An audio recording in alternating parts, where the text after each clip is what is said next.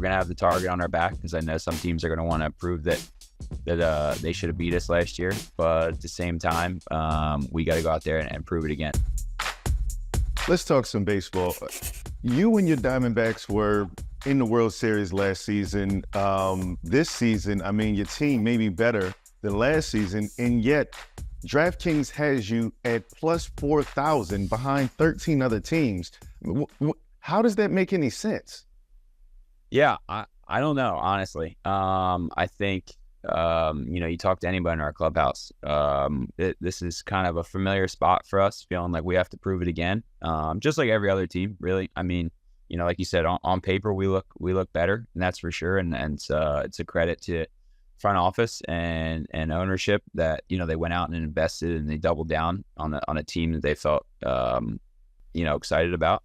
But at the same time, like any other team, once it's opening day hits, that you throw the paper out the window. You got to go out there and prove it. So yeah, we're in an interesting spot where we're gonna have the target on our back, because I know some teams are gonna want to prove that they should have beat us last year. But at the same time, we got to go out there and prove it again. So we're excited. The Dodgers have had 3 straight 100-plus win seasons, and yet they haven't went to the World Series. What does that say to you about the quote-unquote super teams and the way that they've been looked at from the media and fans?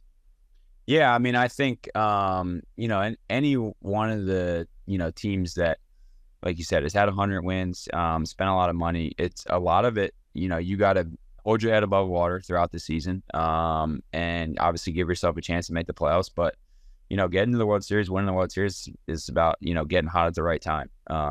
And obviously, the more talent, the better players you put on your team, you give yourself a better chance to do that. But at the same time, I think what a lot of people don't, calculate, I guess you could say, is the intangibles that come from a locker room, the culture, the ecosystem. I think is kind of one of those things that propelled us last year. We had a lot of guys that just had faith in the guy behind them, whether it was, our starting rotation, our bullpen, our lineup. We had a lot of guys that just trusted in the guy behind them to get the job done if they weren't able to. And I think that takes a lot of pressure off you as an athlete. Speaking of the Dodgers now, the biggest name in baseball, Shohei Ohtani, is going through his own drama. If he was your teammate, what would you advise him?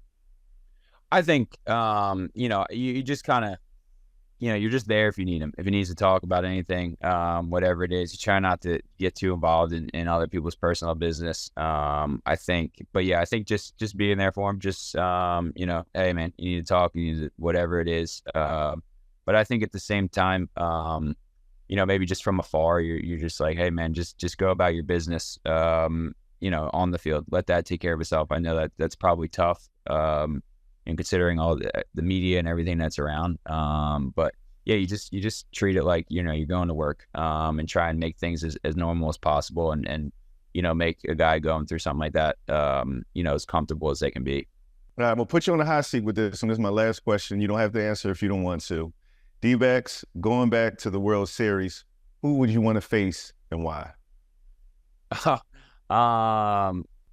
I think, the one that comes to mind when you mentioned the D-backs in the World Series, is the Yankees. You get a that one from, 20 plus years ago. For me, that's probably the first World Series I remember watching. That's my brother was a Yankees fan growing up, and I remember watching that, Game 7. So I think that would be cool. That'd be like a nostalgic thing for me as a kid to kind of actually be able to live that series that I watched. I think that would be a fun one.